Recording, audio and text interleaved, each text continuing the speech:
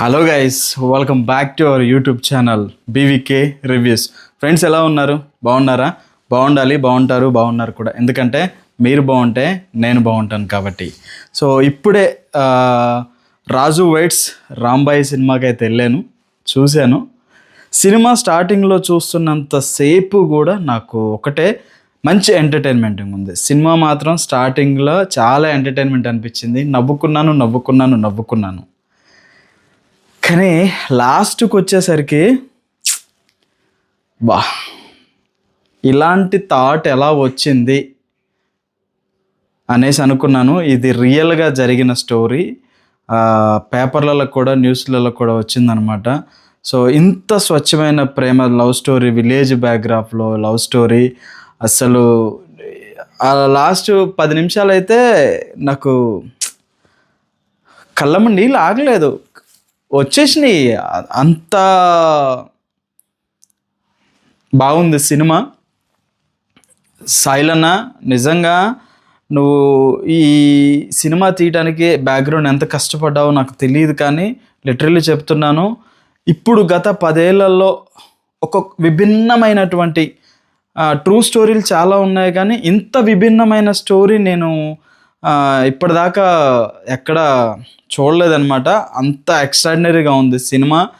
Last 10 నిమిషాలు అయితే ఇక్కడ అసలు ఆ సినిమా థియేటర్కి కూర్చోబెట్టిందని అంటే ఒకటే ఒక పాట, రాంబాయి నీ మీద నాకు మనసాయనే, రాంబాయి నీతోటే నాకు బ్రతుకాయనే.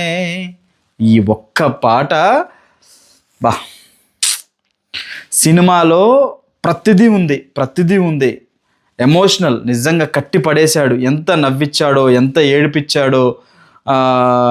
ఒరిజినాలిటీ, మనం ఊర్లో ఇలానే ఉంటుంది, ఇంతకన్నా ఇంకేం ఉండదు.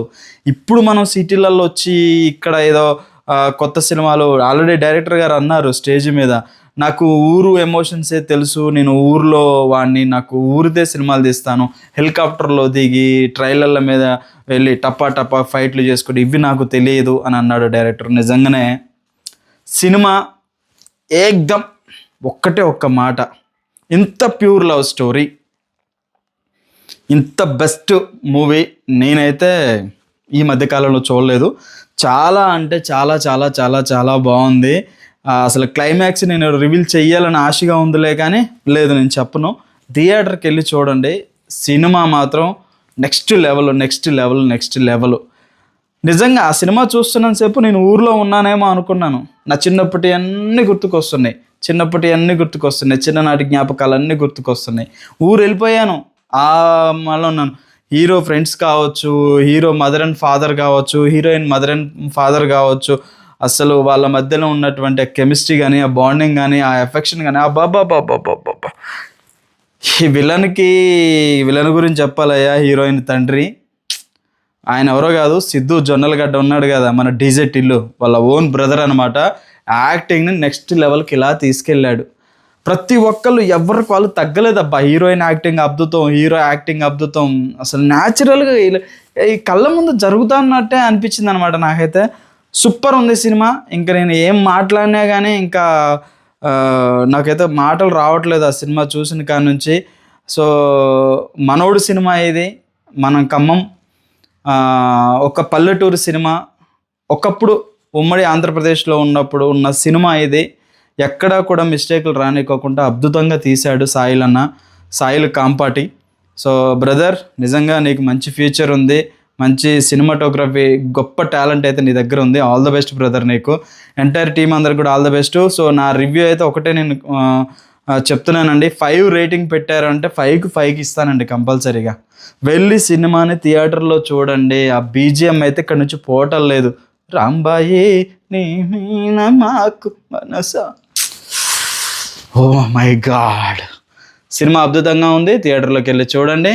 సో ఇది గాయస్ రివ్యూ మీకు నచ్చిందని నేను అనుకుంటున్నాను. సినిమా గురించి ఎంత చెప్పినా తక్కువే. ఈ రివ్యూ కదా నా ఒపీనియన్, ఇంకా అంతే కదా. నేను చూసి వచ్చాను కాబట్టి నా ఫీలింగ్స్ని మీతో షేర్ చేసుకుంటున్నాను ఎలా ఉందనేది. సో మీరు అందరూ థియేటర్కి ఎక్స్పీరియన్స్ చేయండి. ఎక్సలెంట్. బాయ్.